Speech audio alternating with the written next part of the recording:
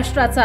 नमस्कार, मी सुद्धा संध्या लाईव्ह मध्ये आपल्या सगळ्यांचं स्वागत। उरुळी कांचनच्या तंटामुक्ती अध्यक्षपदी महादेव कांचन यांची निवड झाली असून निवडीनंतर ग्रामसभेत मोठा गोंधळ उडाला होता।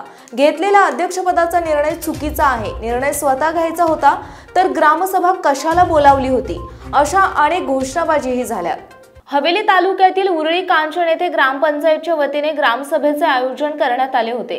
बहुचर्चित प्रशस्त नव्याने बांधलेल्या ग्रामपंचायतच्या हॉलमध्ये सभा होणार होती, पण हजारोंहून अधिक संख्येने ग्रामस्थ सभेला आल्याने हॉलमध्ये जागा बसण्यास अपुरी होत पडत असल्याने होणारी सभा ग्रामपंचायतच्या इमारतीच्या समोर पार पडली। सभेच्या अध्यक्षा उरुळी कांचनच्या सरपंच ऋतुजा अजिंक्य कांचन होत्या, तर सचिव ग्रामसेवक प्रकाश गळवे यांनी काम पाहिले। सभा 12:30ला सुरू झाली तर 3 वाजता तंटमुक्ती अध्यक्ष पद जाहीर करून सभा संपली असे जाहीर केले। नंतर 2 तास गोंधळ चालू होता। ही ग्रामसभा 5 मुद्द्यावर घेण्यात आली होती, पण अध्यक्ष यांच्या परवानगीने येणारे ऐन वेळेचे विषय घेणे आणि या विषयावरती विशेष ग्रामसभा बोलवण्यात आली।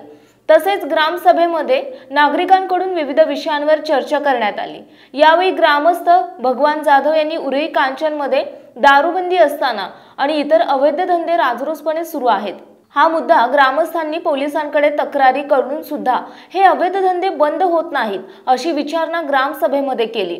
तसेच रामभाऊ तुपे म्हणाले की महाराष्ट्र शासनाचे ग्रामस्वराज्य सॉफ्टवेअर असताना हवेली तालुक्यामध्ये सर्रास खाजगी सॉफ्टवेअर वापरले जाते, त्याऐवजी ग्रामस्वराज्य हे सॉफ्टवेअर वापरावे अशी विचारणा केली।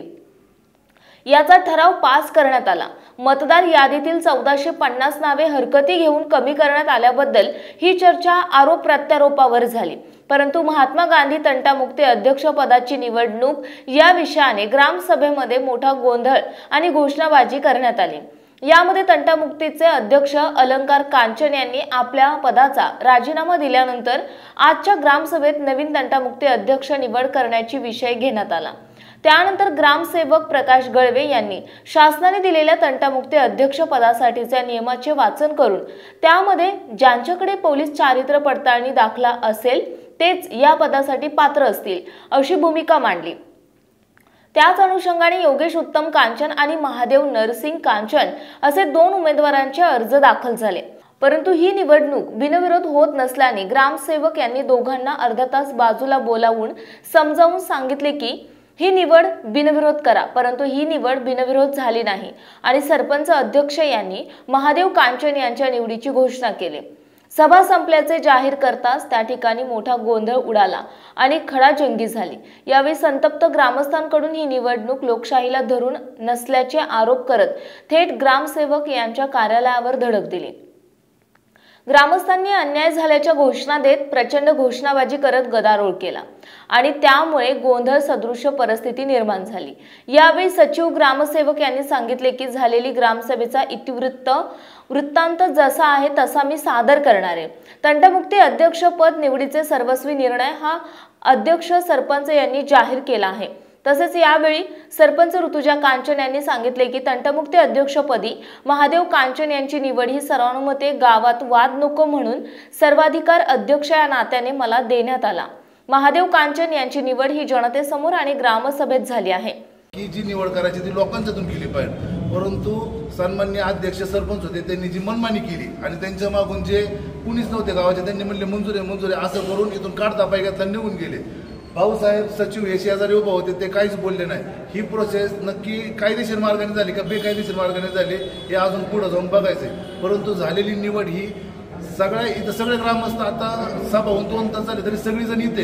याचा अर्थ असा की सगळं बेकायदेशीरित्या केलं, हाणून मारून पाडून पुढं पळून नेले सगळे। हे तू अध्यक्ष तू त्यांनी घरी ठरवलेले अध्यक्ष ते पुढे जाऊन केलं। असं जर या लोकशाहीत अन्याय होणार असेल तर बाकीच्यांनी न्याय कुठे घ्यायचा? एवढी मोठी ग्रामपंचायत होती, बसायची व्यवस्था नाही केली। पहिली गोष्ट एवढी मोठी निवड होणार होती, लोक आली उन्हात बसली, त्यांना पाण्याची व्यवस्था नाही, काहीच केलेलं नाही।